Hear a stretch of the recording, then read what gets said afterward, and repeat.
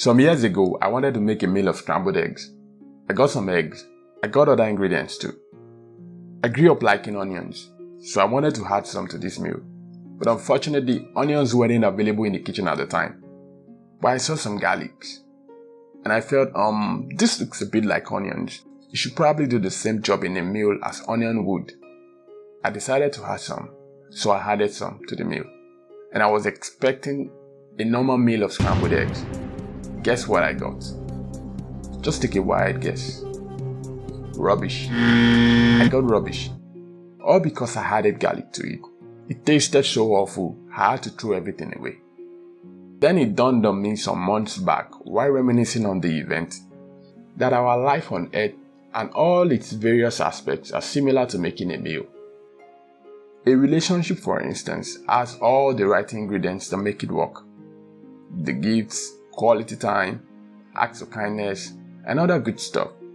Introducing any wrong ingredient or not having enough of any of the essential ingredients can lead to failure, and in some cases disaster. The same holds true for a project, a company, a product, and so on. The right ingredient in the right measure creates success, and the wrong ingredient or the wrong amount of the right ingredients leads to failure or disaster. Let's take the meal example a step further.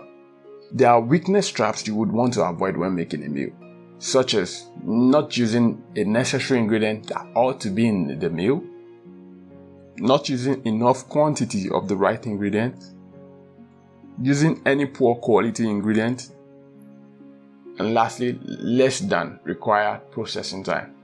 These are the weakness traps for a meal. And on the flip side, there are the strength traps you would also want to avoid. These are things you do that are unnecessary or are in excess, such as adding an unnecessary ingredient to a meal, just like I added garlic to my scrambled eggs. Having any of the necessary ingredients in excess, wrong order of adding the ingredients, and lastly, letting a meal cook for more than the required processing time. Nobody likes an overcooked or burnt food. Now imagine any meal you know, even your favorite meal, through the eyes of these weakness traps and strength traps, and you will see the difference between bread and cake, and the difference between jollof rice and concussion rice. These strengths and weaknesses determine if a meal is great or awful. A great meal is a success, and an awful one is a failure. Strengths and weaknesses are the binary components of success and failure. Now let's look at some personality traits and see how strength or weakness in them can lead to success or failure. These traits are what counts as ingredients in people as ingredients are to a meal. Let's start with the introvert-extrovert personality traits. What I've found out is that everybody starts out as either an introvert or an extrovert, and as we go in life, based on feedback or a desired outcome we want to optimize for, we learn to switch to the opposite trait or mix between the two. Each of these traits has its advantages and disadvantages, and none is always better than the other. As a natural introvert myself, every extroverted behavior I ever exhibited was either learned or optimized for because of an outcome I desired, and I would be lying if I said I got the switch right every single time. I had to learn to avoid embarrassing bloopers in social contexts that usher in dead silence from others after speaking. Take career choice or profession for example. Although the adaptability of human nature creates lots of anomalies relative to what is naturally expected of an introvert or an extrovert, where life's pressure or intense desire make us judiciously master skills and behavior usually associated with the opposite personality. A career path like sales, for instance, is more suited to an extrovert than an introvert because of the amount of networking and convincing required to succeed on the job. But in cases where the product is highly technical, which is most likely to be sold to other introverts such as nerds and geeks and so on, it's probably better to get someone who already has the technical knowledge, and you guessed correctly, most likely an introvert, and help such a person improve their networking and people skill. When you have an introvert excelling in a sales role, it's a testament to the outgoing nature they had to master. But There is the other side of the job that's not so natural to an extrovert, such as reporting, analyzing, strategizing. These are what you will call weakness traps for an extrovert on a sales job, which if not learned before the job or on the job will make a sales rep chaotic. And for sure, the amount and magnitude of background duties an extrovert must learn to be comfortable with increases as they move up the sales career ladder. And don't get me wrong, being introverted has its superpowers, but not being able to switch to or mix between extroverted behaviors in certain contexts can lead to failure. And the same is true for natural extroverts, who have a tendency to come off as talkative, overbearing, or drown others with their outgoing, activity-prone nature in some contexts, especially if they haven't learned to curtail their extroverted excesses. And these are what you will call strength traps for an extrovert. As you can tell, there is no one size fits all. Strengths and weaknesses change from one context to the other. Even at that, with humans, weaknesses can be strengthened to avoid the associated weakness traps, and existing strengths can be curtailed to avoid the associated strength traps. Let's look at another personality trait: stubbornness. Remember, these traits are like ingredients in people, as ingredients are to a meal.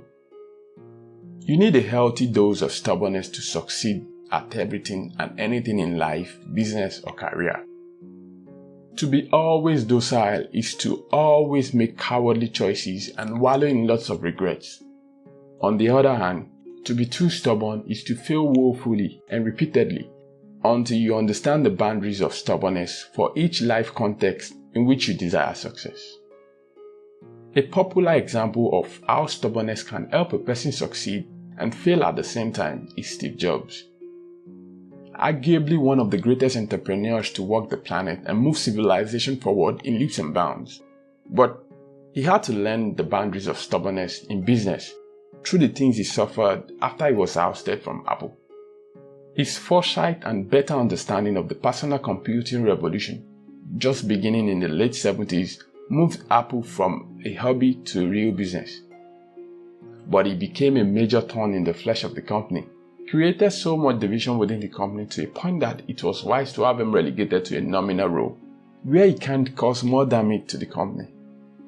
And he decided he wasn't going to take that, and he resigned to start another company called Nest. It was at Nest he learned some of the essential boundaries of his stubbornness.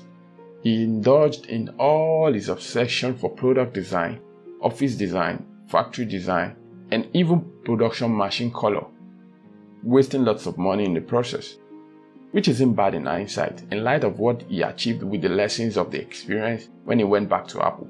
But at the time, he had to go look for investors to keep the company afloat.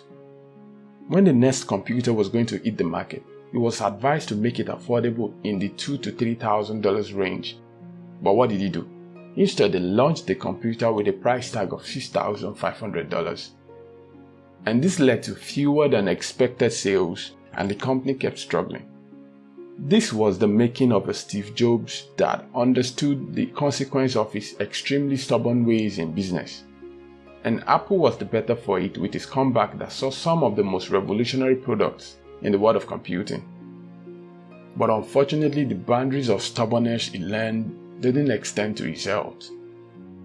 And this became a strength trap for him. One can only wonder how much more he could have achieved if he lived longer. He decided he wasn't going to have surgery to remove a tumor initially, which was the only acceptable medical approach back then. He tried all sorts of remedies until he had to bow to pressure and accept surgery. His initial stubbornness most likely reduced his chances of beating cancer. And by the way, you can read up on all this from his biography. There you have it, folks. The right mix between strengths and weaknesses creates success, and the wrong mix leads to failure. Strengths and weaknesses are the binary components of success and failure. Let me know your thoughts in the comment section below. If you like this video, don't forget to share it with your friends and family, and also subscribe to the channel for more videos like this, and I'll see you in the next one. In the next video, we'll be looking at naive smartness versus experience. You don't want to miss it. You will see how a billionaire uses naive smartness to succeed every single time. Until then, take care.